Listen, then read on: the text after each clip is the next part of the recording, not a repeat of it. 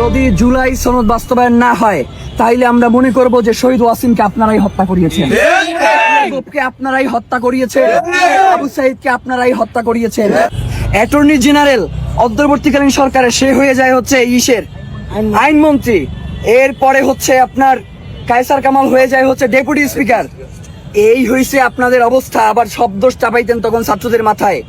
পুরো সময় ধরে অন্তর্বর্তীকালীন সরকারকে কোনো একটা কাজ সুস্থভাবে করতে দেয় না এই বর্তমান ক্ষমতাসীন সরকার।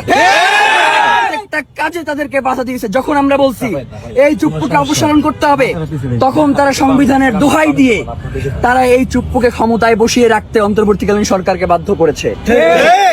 এরপর যখন আমরা বিচার বিভাগ থেকে শুরু করে অন্যান্য বিভাগগুলোকে স্বাধীন করবার জন্য আমরা বিভিন্ন মাধ্যমে তাদের প্রতি আপ্রাণ চেষ্টা করতেছিলাম, এবং যে আওয়ামী লীগের যে দোসররা রয়েছে যারা গুম খুন হত্যায় জড়িত ছিল তাদেরকে যখন ছাত্র জনতা পুলিশের কাছে সুপর্দ করছে, তখন ক্ষমতাসীন সরকারের লোকজন গিয়ে থানায় গিয়ে ফুলের মালা পরাই গিয়ে নিয়ে আসছে।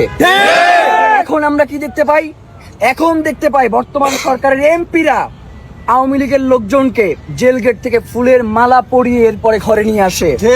সুতরাং আপনারা যদি এই আওয়ামী লীগ এবং বিএনপিরা যদি স্বামী স্ত্রীর সম্পর্ক বজায় রেখেই রাষ্ট্র পরিচালনা করেন, তাহলে এটা আমাদেরকে আগেই বলতেন, তাহলে তো আমাদের 1400 ভাই বোনকে শাহাদাত বরণ করার কোনো দরকার ছিল না। গত 17 বছর ধরে বিএনপি জামাতের ভাই বোনদেরকে পঙ্গু গুম খুন হত্যার শিকার হইতো না।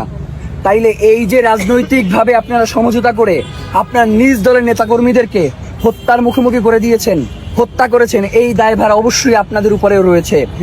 যদি জুলাই সনদ বাস্তবায়ন না হয় তাইলে আমরা মনে করব যে শহীদ ওয়াসিমকে আপনারাই হত্যা করিয়েছেন, আপনারাই হত্যা করিয়েছেন, আবু সাইদকে আপনারাই হত্যা করিয়েছেন।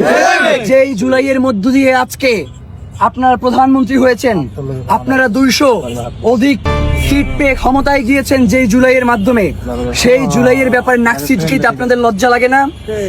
আল্লাহর অসীম রহমত যে কয়েকটা ভিডিও আমাদের কাছে ছিল, একজনে দেখছি জেল থেকে বেড়ায় কানতে কানতে বলতেছে ছাত্ররা আমাদেরকে বাঁচাইছে, আর একজনের চোখের পানিতে দুনিয়া ভাইসে যাইতেছে, আর একজন বলতেছে আইসা যে আরে ওরা না থাকলে আমরা হয়তো এই দুর্দিন থেকে কোনোদিন মুক্তি পাইতাম না। সেই জিনিসগুলো 1.5 বছরের মধ্যে আপনারা কিভাবে ভুলে যান আমরা জানতে চাই।